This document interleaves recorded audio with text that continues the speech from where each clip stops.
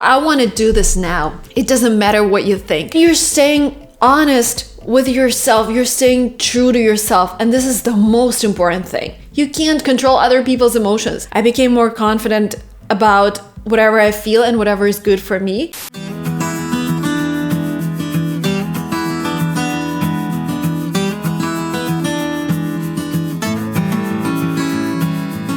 I've asked myself recently, who are successful people? And I realized, like, if you're talented, super productive, super hardworking, but you're in a community that tells you, you have to pursue a traditional career. You can't start your business because, well, who starts a business at the age of 21? Or who starts a business without having worked for a big corporation?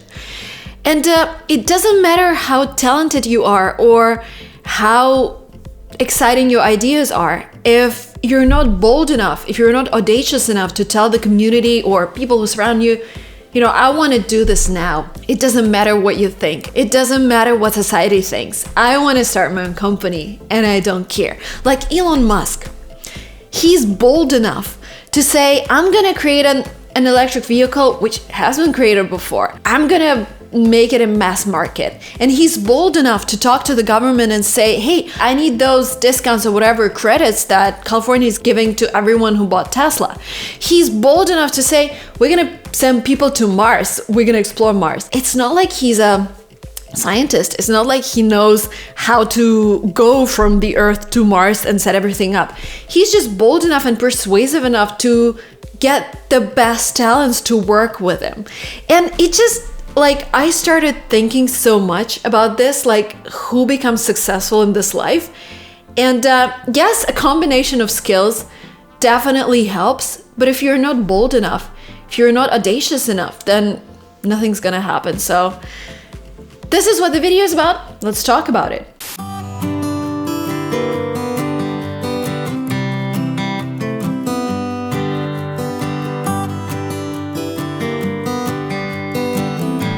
Coffee first. I mentioned on this channel a couple times already that in December, in November, in October 2020, I wasn't in the best shape. You can call it, I wouldn't call it depression. I didn't want to do anything, and whatever happened in my life, everything, I was feeling 10x of that. If something happened to the company or revenues were down or somebody sent a marketing email calling my subscribers lazy asses, I would cry for a day. And it was my first trimester, and I was in a city which I love, but I can't live there starting October just because it rains all the time and it's gray and it's just not my type of weather. But anyways, I decided that I need to talk to a specialist. So I had 3 sessions with 3 different specialists. The first one cost 1,000 euros per hour. And don't ask me why I did that. Just when you're pregnant and when your hormones are just crazy and you do this stuff. But that guy, he was amazing. 1 hour, or I think we chatted for 90 minutes. He pointed out my problems. He said, they're not actually problems. It's okay that you feel that way. And be bold enough just to tell people that, I don't want to be liked by everyone, whatever. That was, I think, my main problem that I was dealing with. The second guy, his session was around $80. And he was like, repeat this. And I told him, that doesn't work for me. Repeating phrases, I can't. I just need to be rational about whatever is going on with me. I can't just repeat phrases. So that didn't work. And the last one was super cheap compared to the first one. It was around, I think, $40, even less, 30. Yeah, $30. And that one was also great because we were digging a little deeper and she found another problem. But the thing is, after the main conclusion that I came to is, first of all, it's okay to tell yourself it is normal to feel this way. People tell you, for example, you say, I want to go to the States to study. And they tell you, who needs you in that country? Do something in your country first. Or why would you even think about it? Now, this is not for you.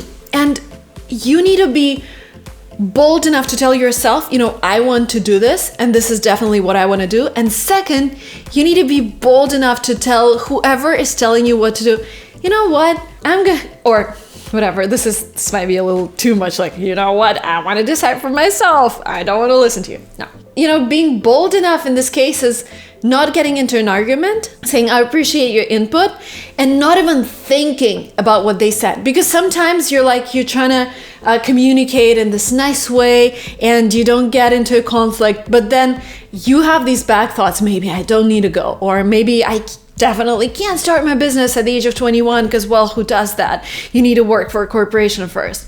Like, being bold enough to say, thank you for your opinion, and just continue. And it's really hard, especially when this opinion comes from your parents or your family or your closest friends. Because yes, you're parting with them in some way, but then you're staying honest with yourself. You're staying true to yourself. And this is the most important thing. Because what I also noticed is that I was doing things and thinking, oh, what would this person think of it? And like, this is the last thing I should have been doing. I read this book called The Courage of Being Disliked. And it has this very, very important phrase. You can't control other people's emotions. You can't control their thoughts, their ideas, because they have their own life. If you're adding controlling their thoughts to your task list, your life becomes impossible. Like, how in the world would you ever able to control other people's thoughts? There is no way. Your responsibility is to control your own thoughts and your own ideas. And again, first of all, sitting down with yourself, it's okay. Like, I told myself, it's okay that I don't like to cook. And when we started dating with Dima, I told him, like, I hate cooking. I hate cleaning the house. This is not something I like to do.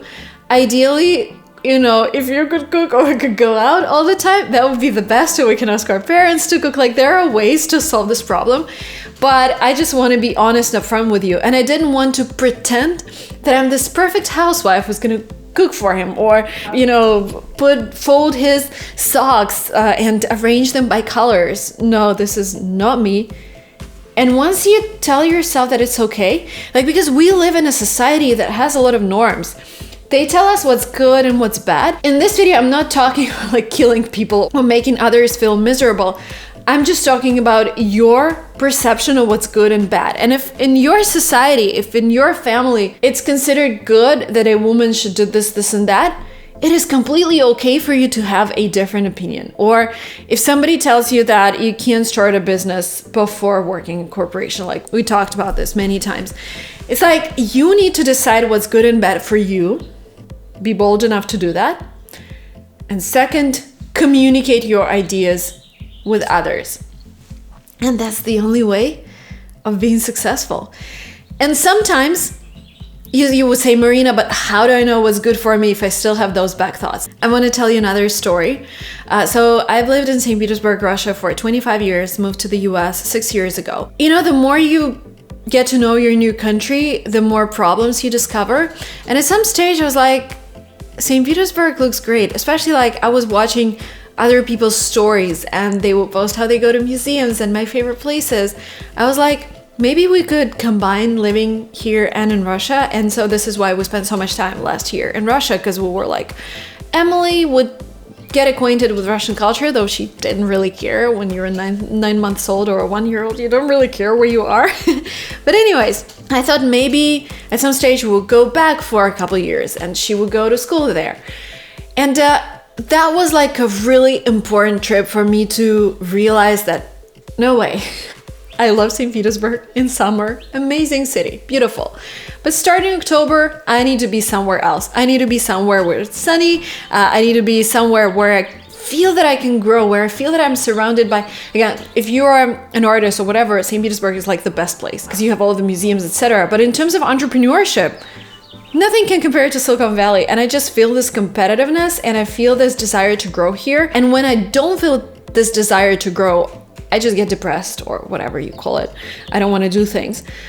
So it was really important for me to experiment. Like if people tell you, and with business it was the same, because I worked at a job for 2 weeks. I ran away from there. It was like a souvenir store. But anyways, I thought, because people were telling, like, you can't start your business, you need to work for some company first. I ran away. And it was important for me to understand that, yes, what I'm feeling, it is true.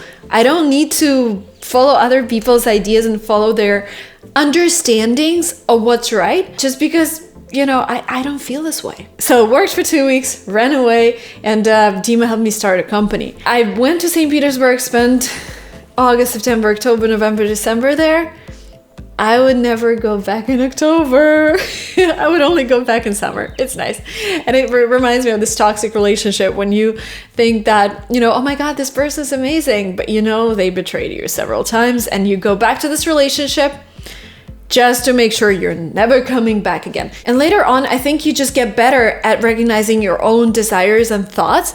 Like this St. Petersburg thing, a business thing, was really important for me in terms of, I became more confident this year. I became more confident about whatever I feel and whatever is good for me. And I can communicate that to other people. I can tell them like, hey, if you want to work with me, you would need to do this, this, and that. Because before that, I would be like, oh, by the way, would you be able, like with a nanny, I would be like, oh, would you be able to cook for us from time to time? Now I'm like, you're working as a nanny. You're not only getting this kid, but you're also getting Dima and I.